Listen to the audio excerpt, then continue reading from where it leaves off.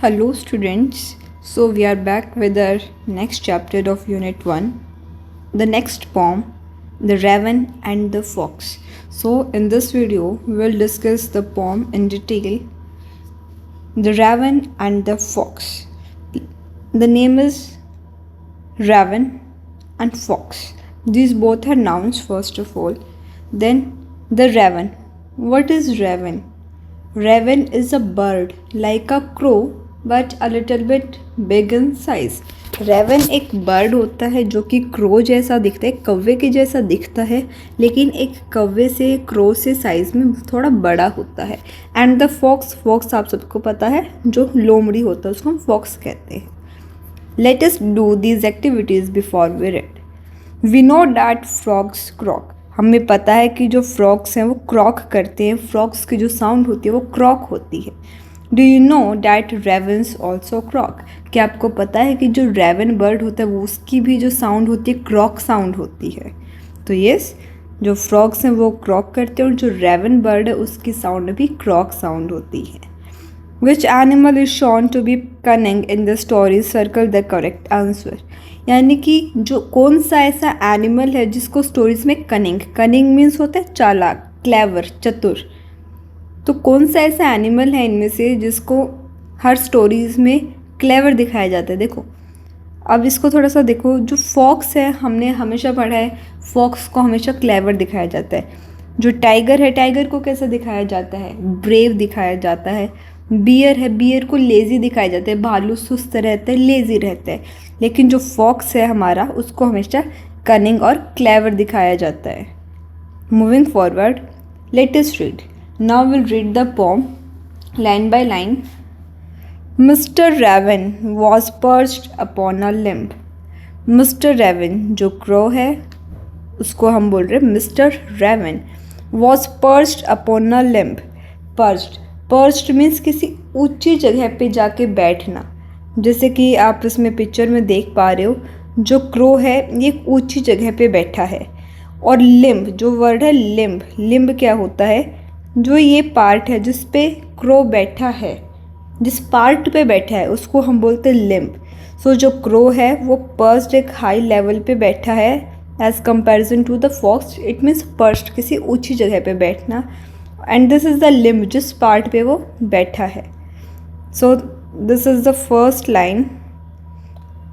Mister Raven was perched upon the limb. Mister Raven एक ऊंची जगह पे बैठे हैं. And Reynard the fox looked up at him.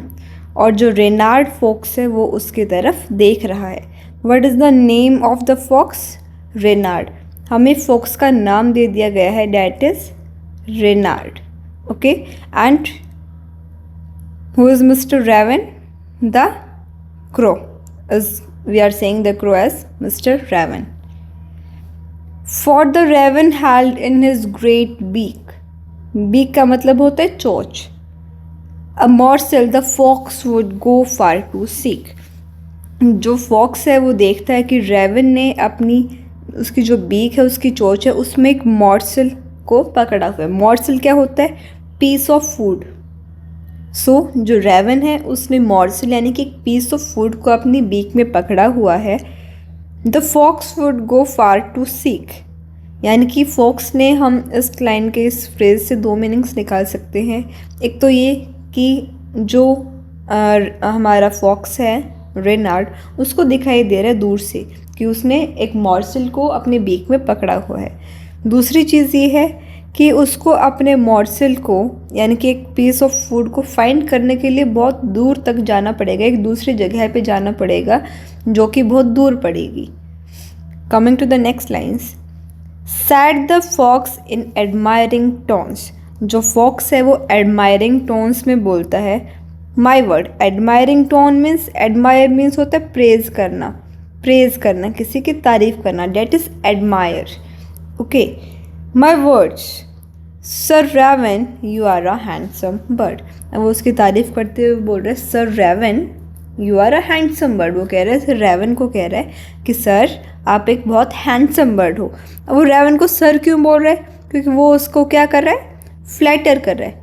Flatter कर रहा है। फ्लैटर मीन्स होता है उसकी चापलूसी कर रहा है, उसको तारीफ कर, उसकी बटरिंग कर रहा है, उसको मक्खन लगा रहा है। Sir Raven, you are a handsome bird, such feathers, if you would only sing, the birds of this woods would call you king. Such feathers, feathers means पंख, कि आपके फेदर्स कितने अच्छे हैं, वो उसके फेदर्स की भी तारीफ कर रहे हैं। Such feathers, if you would only sing, अगर तुम सिर्फ गा सकते, the bird of this woods would call you king. जो वुड्स है, वुड्स का मतलब होता है forest.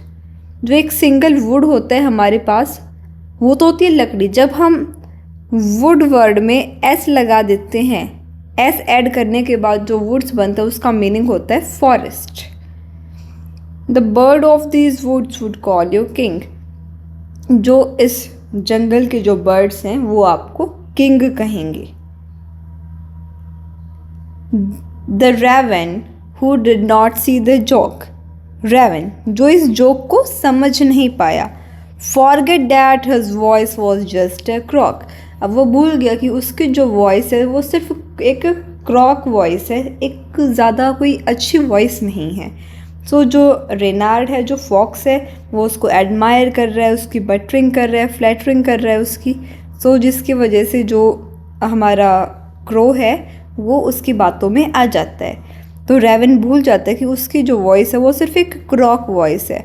He opened his beak in his foolish pride, अब जैसे कि रेवन ने बोला, रेनार्ड ने बोला कि आपकी जो वॉइस है वो मतलब अगर आप सिर्फ गा सकते हो तो आपको जो बर्ड्स हैं वो किंग कहेंगे इस विन फॉरेस्ट का।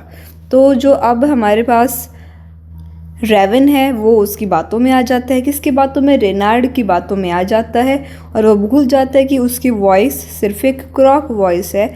और वो जैसे ही गाना गाने के लिए, सिंग करने के लिए अपना मुंह खोलता, अपनी बीक ओपन करता है। He opened his beak in his foolish pride, घमंड में आके, उसकी बातों में आके।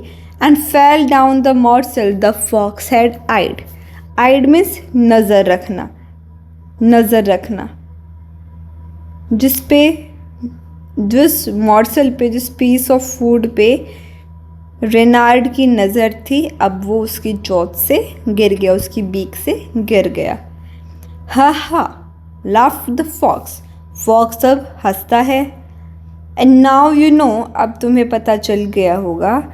Ignore sweet words that make you glow, कि तुम्हें इन स्वीट्स वर्ड्स को इग्नोर करना चाहिए जिससे तुम्हें इतनी खुशी मिलती है।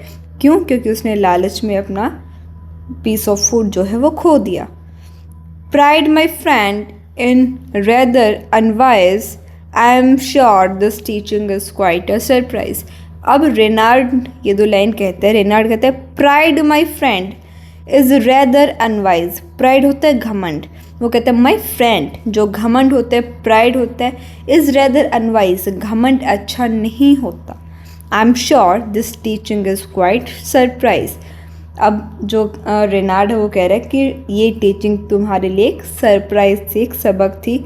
उसने क्या सबक सिखाया कि घमंड में हम उन चीज़ों को खो देते हैं जो हमारे पास होती है, इसलिए हमें कभी भी घमंड नहीं करना चाहिए। हम स्टोरी से सीख सकते हैं, इस पोम से, कि हमें कभी भी घमंड नहीं करना चाहिए। जो चीज़ें हमारे पास हैं हमें उन चीज़ों की वैल्यू करनी चाहिए। Jean de La Fontaine, Jean de La Fontaine was the poet of this pome.